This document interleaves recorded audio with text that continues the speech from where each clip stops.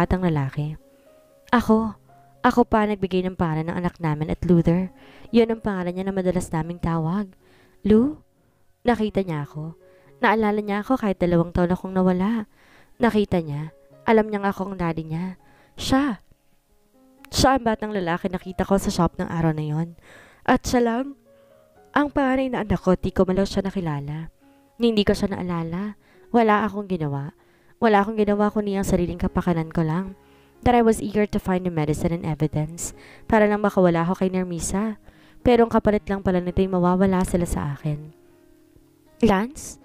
Nagbalik ang diwa ko at narinig ko pang nagkakagulo na sa paligid ko. Pero hindi ko na kayang imulat pa ang mga mata ko. Naramdaman ko ang pamamasa na magkabilang pisngi ko dahil yon sa mga luha ko. Lumitaw na naman sa isip ko ang eksenang nakita ko sila kanina sa elevator. Ang batang babae na yon. Hindi ko malang nakita ang malinaw ang mukha niya. Hindi ko ba lang siya nahawakan at mas lalong di ko siya kilala. When I woke up, sila agad ang hinahanap ko. Tinanong ko na agad sila kung nasa na bang mag-iina ko pero walang sumasagot sa akin, kundi ang pag-iling lamang nila. Nasa na sila, Jay? Nag-iwas ang tingin sa akin si Jay. Halatang ayaw niya rin akong sagutin. Nasa na sila? Nasa na? Nasa na mag-iina ko? Sigaw ko pa dahil ayoko silang sagutin. I closed my eyes with irritation. I removed my IV. Bumangon din ako sa hospital bed at lang sila kumilos. Poirier and Orif locked my arms but I protested. Let me go. Akong hahanap sa kanila. Sa halip hanapin sila ay baka nandito pa rin ako sa hospital na to. Bakit wala kayong ginawa? Gago to. Hina-hina ng katawan pero nagagawa pa rin niyang magwala? Komento ni Oben. Ano bang pwede natin gawin dito? Uminahon ka nga muna kasi, Lance. Mas malala pa nangyayari ngayon sa'yo kaysa mahanap ka namin sa malayang probinsyang yun eh. Renos said and he tapped my shoulder pero nagpumiglas pa rin ako. Bakit andito kayong lahat? Bakit iyon na sila hinahanap ngayon? At ano bang ginawa ko dito sa ospital? Nagsisigaw pa rin ako dahil ayoko ng ganito. Gusto ko silang makita. Gusto ko magpaliwanag na lang kay Beatrice at sabihin sa kanyang lahat. Ayoko sa ganito. Ayoko sa ganitong hindi ko sila nakikita. Pwede mo ba siyang bigyan ulit ng pampakalma, Jovan? Hindi pwede. Nakikita niya na nga mahinang katawan niya. Lance, sumunod ka muna sa amin ngayon. Tutulungan ka naman namin kaya huminahon ka. Umiling lang ako sa sinabi ni Jovan. Paano? Paano ko magiging kalmado gayong nawawala ng mag-iin ako? Paano ko pakakalmay na sarili ko kung ang pagkawala nila ay ako ang dahilan? Sabihin niyo, paano? Paano ko magiging mahinahon kung gusto kong saktan ang sarili ko? Nagtaas baba ang dibdib ko dahil sa sunod-sunod kong paghinga at wala lang sa akin ang binagsak nila ako sa kama. Nilagyan ako nilado ng boses kaya hindi na ako makakalis pa rito. Kung susubukan kong gumalaw ay ako lang din ang nasasaktan. Hindi na naman huminto sa pagtulo ang mga luha ko. Ang tigas talaga ng ulo mo. Tinapunan ko lang ng malamig na tingin si Jay. Kung magwawala ka pa rin dyan, patutulugin na kita ng kamao ko, Lance. Makikita mo. Banta sa akin ni Peros. At pinapakita pa niyang kamay niya sa akin. But as if matatakot ako sa banta niya. Gawin mo. Parusa kong sakta na sarili ko, gawin mo na lang. Gawin mo at huwag kang magdalawang isip. Gago. 1 linggo kang tulog. Sa loob ng 7 araw na yun wala kang malay. At ayaw namin sa taong tutulungan na nga namin ay ang hina-hina pa ng katawan. At isang kulbit na lang babagsak na. Kaya magpalakas ka muna, tang ina mo. Sigaw sa akin ni Amir. Nagulat ako sa sinabi niyang 1 linggo kong walang malay. Do you need to shout at him like that, Amir? Alam niyo naman na magulo pang utak ngayon ni Lucas at naghahalo-halo pang memorya niya. Nakita niya naman, 'di ba? Pwede na siyang rin tulad sa gulay na wala nang enerhiya sa katawan. Kaya tayo dapat na magpapasensya sa kalagayan niya. Si Han lang sigurong matino sa ngayon. Dahil ang iba'y susugod na talaga sa akin dahil sa sobrang inis at galit sa akin. At tahimik na nanonood naman ng iba pa naming mga kaibigan. Tanging pag-iling lang ginagawa nila. Pinakiramdaman ko naman ang sarili ko. Tama sila. Mahina nga ang katawan ko at di ko man lang iyon napapansin. Ang unang naalala ko lang ay ang mag-iin ako. Parang di ako nakatulog ng ilang mga araw. Dahil parang kahapon lang naman nangyari ang mga yon. Mas naunang gumana ang utak mo kaysa sarili mong katawan. Jovan blurted out. Katulad nga ng sinabi namin sa iyo, Lucas, maaasahan mo kami. Tutulong kami sa'yo at gagawin namin ang makakaya namin. Pero sa ngayon ang sarili mo munang tulungan mo. Bunker stated. I lay down on my bed and closed my eyes. I can still feel the tears rolling on my face. Did you know what my son said last week? I met him unexpectedly. Mahinang sabi ko. Nanginig lang ang mga labi ko dahil sa imahe niya. Nakilala niya ako. Sinadya niya akong pigilan ng araw nila tinanong ang pangalan ko. Ano? Ano kaya naiisip niya na makita niya ako na may kasamang ibang babae, maliban sa mommy niya? Ano ang iniisip ng anak ko? Gusto ko lang pong malaman ang pangalan niyo. Kuya? I uttered. Kasi po, kamukha niyo po ang daddy ko. Hindi pa po siya umuwi pero inintay po namin siya. Inintay pa po namin ni Dylan ang pagbabalik niya. I can even feel his pain at that time. Ang mga katagang iyon ang saktong sinabi niya sa akin. Nakilala niya na ako at nang sinabi ko sa kanyang pangalan ko, bigla siyang kumalipas ang takbo at alam ko umiiyak na siya. Tingnan ninyo ang nangyari. Makasariling ama ako. Ang inaalala ko lang ay ang sarili kong kapakanan. Ang makawala lang ako sa kamay ng mga hayop na yun. Pero hindi ko inaalala na baka sa ginawa ko ngayon may masasaktan pa bukod kay Beatrice. Anong klaseng ama ko na hindi ko malang nakilala at naalala ang anak ko? Na hindi ko malang nakita ang bunso kong anak? Hindi ko rin naalala na kasal na pala ako sa babaeng mahal ko. Pero ano ba ang ginawa ko? Ilang beses ko siyang sinaktan at ipinagtabo yan. Pinagsabihan na masasakit na salita. Walang kapatawaran ang ginawa ko. Kaya't dapat lang ako masaktan ng ganito. I deserve to be hurt too. I deserve to be punished. Kaya gawin niyo ang gusto ninyong mangyari sa akin. Kahit patay niyo na lamang ako ngayon ay tatanggapin ko. I muttered with my heart throbbing in pain. Nasa na si Narmisa? Tanong ko sa mga kaibigan ko. Sina Gaspar, Jovan, Snyder at Peros lang ang nandito sa loob. Umalis na rin ang iba pa. Ang pagkakaalam ko naman, umaresto kila Nermisa at Noel ay sina Bunker, Resh at Amir. Habang siyan inihanda niya ng kaso at sa Jane naman na sumusuporta.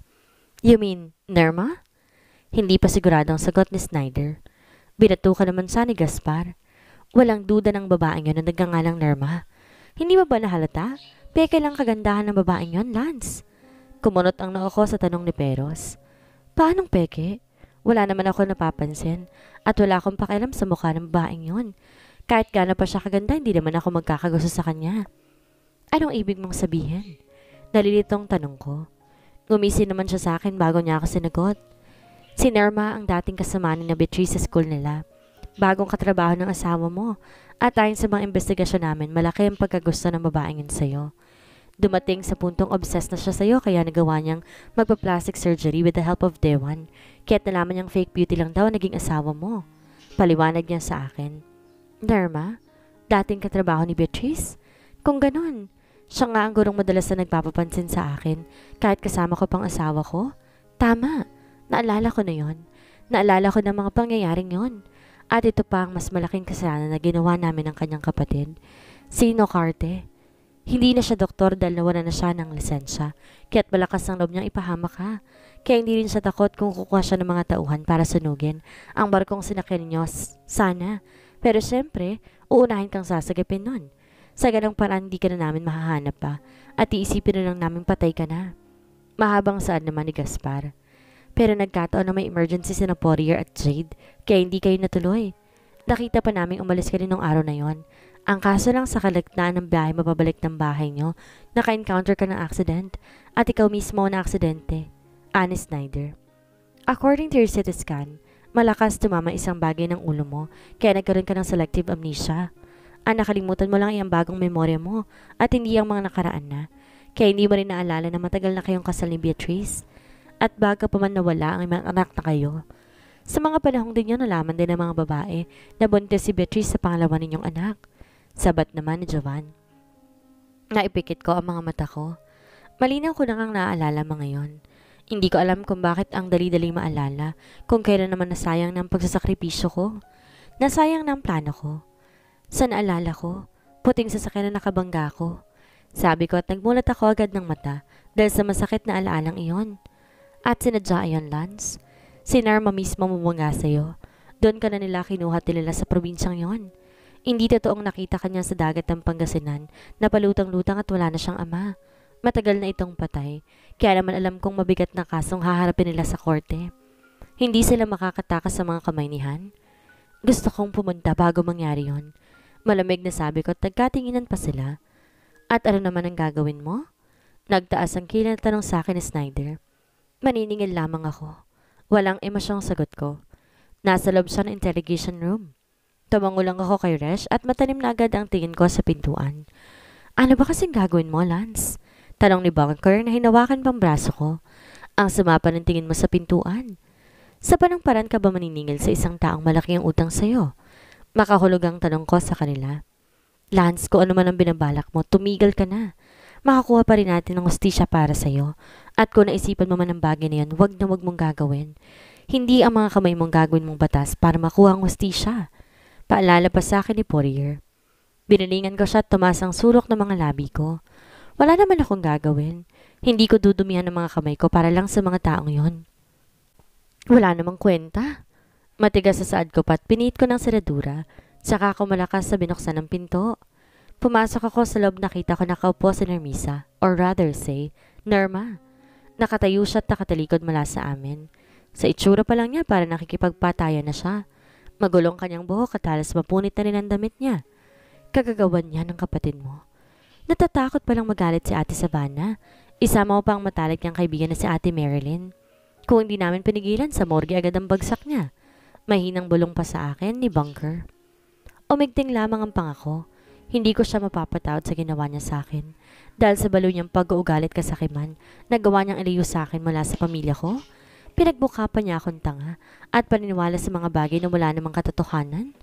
Lumapit ako roon, kasabay ng pagkaklit ko ng buhok niya, kaya't napatayo rin siya. Nagulat siya sa ginawa ko at narinig ko pang pagdaing niya. Maraming kalmot, gasgas ang mukha at putok pa ang labi niya. Pero na makita niya ako, inanlaki pa ang mata niya sa gulat. Lance? Lance? Bakit di mo ko tawagin sa pangalang binigay mo sa akin? Ang pangalan ng asawa mo. Malamig na sabi ko. At kitang-kita sa mga mata niya ang takot. Bumaba pa ang kamay ko sa batok niya. Lumipat yon sa leeg niya. Lance, ano bang ginagawa mo? Naiinis pang sigaw sa akin ni Jay. Hindi ko siya pinansin. Ayaan mo muna siya, Jay. Di naman niya yan papatayin. Lance, hindi ako makahinga. Hindi ka talaga makakahinga sa gagawin ko sa'yo, Narmisa. Or should I call you Narma? That's your real name, right? Magkano bang binayad mo para sa peking mukha na to? Pero hindi kita makilala at pati na mga taong malalapit sa akin. Lalong-lalo na sa asawa ko. Walang emosyon na sabi ko at mas sumigpit pa ang kamay ko sa leeg niya. Namumula siya dahil sa higpit ng pagpapakasal ko sa kanya. Lance? Franz. Tawagin mo ko sa pangalang yon para magsawa ka. Pagbibigyan kita sa bagay na gusto mo dahil sinisigurado kong magbabayad ka ng malaki dahil sa ginawa mo sa akin. Lance, please. Pakawalan mo ko. Di na ako makahinga pa. Lance. Sa poder mo, hindi rin ako makahinga. Alam mo ba yon? Dahil kayong magkapatid, niloloko niyo lamang ako. Sabi ko at halos ang mga puting mata na lamang ang makikita. Hindi pa rin sapat sa akin na makita siyang ganito. Nandito pa rin ang malaking galit ko sa kanya at higit pa rito ang gagawin ko pa sa kanya. Hindi ang pagsaka lang. Lance, mahal lang kita kaya nagawa ko to. Sa iyo. Napangisi pa ako sa sinabi niya. Hindi yan pagmamahal. Paano mo matatawag na pagmamahal yan sa dami ng taong inapakan mo? Nagsinungaling ka pa. Sinabi mo pa na ikinasal tayo. Kung alam ko lang na asawa ko pala si Beatrice, ay hindi na rin sana kita pinagbigyan para ipakilala rin kitang asawa sa harapan ng mga kaibigan ko at sa totoong asawa ko pa. Kaya ang ginawa mo'y walang kapatawaran iyon. Asik ko sa pagmumukha niya. Dinukot ko mula sa bulsa ko ang singsing. Ang singsing na pinaniwala niya sa akin at naging simbolo ng pagpapakasal namin. Tama na yan, Lance. Kung ipagpapatuloy mo pa yan, siguradong patay yan agad. Hindi pa ako tapos, Resh. I told him. Eto't ibinabalik ko ng peking singsing na ito. Nagpakasal tayo dahil mahal natin ang isa't isa. Pinakasalan kita dahil busilak ang puso mo. Kahit ang totoo hindi naman. Mas masahol ka pa nga sa demonyo. Isinuksok ko sa bibig niya ang singsing. Hindi ako nahihirapan dahil nakanga naman siya. Lunukin mo. Lance Daniel? Sabi kong lunukin mo. Malakas ang boses sa sigaw ko. At higpit ng pagkakasakal ko nga sa kanya, hindi na rin nakadikit ang mga paa niya sa sahig. Ramdam ko ang paglabas ng mga ugat sa braso ko. Pinipigilan ko ring magalit pero hindi ko rin kontrolado ang sarili ko. Sa mga oras na yun, kung di lang ako pinigilan nila, baka nga sa kamay ko na makikitilan, siya nang hininga. Kago ka, Lance. Muntik niya ng malunok ang singsing. Sigaw sa akin ni Snyder. Gumisi lang ako at namarinig ko na ang pag-iyak niya. Parang nasiyan ang puso ko. Sana nga nalunok na niya. May isa pa akong dapat napuntahan. Parang wala sa sariling sabi ko pa at lumabas na rin ako doon. Pigilan niyo! Sigaw ni Jay pero tumabi lamang sa dinaraanan ko mga kaibigan namin. Sinabi ko ng pigilan niyo eh. Hayaan mo na nga siya, Jay. Kung mapapatay yung lalaki yun, pag uuntugin ko na talaga ang mga ulo niyong konsentidor kayo. Dude! Kulang na lang maputol ang ugat ko sa leeg sa pagsigaw ko sa kanya. Pero matigas ang ulo niya kaya kahit ako'y walang nagawa. Ang huli ko ang pinuntahan si Noel. Nakatari ko din siya mula sa pintuan. Sinenyasan ko ang nagbabantay sa kanya na tanggalin ang mesa nito. Di naman to gumagalaw. Diretso lang paglalakad ko hanggang sa buong pwersa kong sinipa ang likod ng upuan niya. Kaya tumamba ito sa unahan at bumagsak siya. Mahinang dumaing siya. Irinda agad ang sakit ng mukha niyang tumama pa. Itayo mo siya. Mariing utos ko. Dalawang lalaki ang umalalay sa kanya na makaupo at pumesto naman ako sa tapat niya. Lance? He uttered my name. Bugbog sarado na rin siya. Maliban sa bagong dugong tumutulo sa ilong niya ngayon. Alam kong bago pa man siya daling dito baka sinaresh nang gumawa sa kanya nito. Walang duda iyon. Akala ko ba Franz ang pangalan ko, Noel? Nakangising tanong ko pa sa kanya. Kamusta naman? Masarap ba ang gantihan ng mga taong pinagkakautangan mo, ha? Talong ko ulit at muli siyang sinipa. Pero ngayon sa dibdib niya kaya maling bumagsak. Hinablot ko ang kwelo niya at malakas itinayo siya at saka dinigit sa pader. Ginudnud ko ang mukha niya rito. Ginamot mo ko nung wala kang lisensya? Alam mong pwede ka rin kasuhan doon dahil kritikal ang kondisyon ko sa mga oras na yun. 2 taon. Halos 2 taon akong walang malay at in coma pa. Hindi niyo ako nilala sa ospital dahil alam niyong may maghahanap sa akin. Pinainom niyo pa ako ng malang gamot kaya hindi ako gumaling. Kaya't sa naman 3 buwan na yun na wala akong nalalaman tungkol sa pamilya ko at kagagawan niyo yun lahat. Inipit ko sa likod niya magkabilang kamay niya. Kung ano nang pinagsasabi ko rito at nanatiling tiklop ang kanyang bibig. Diniin ko na lamang ang mukha niya sa pader. Wala talagang patawad itong si Lance. Tama na yan. Manghihiram na naman yan ang mukha sa aso dahil bugbog sarado na. Huwag mo nang dagdagan pa, Lance. Umalis na tayo at bumalik ka na rin sa ospital. I blurted out.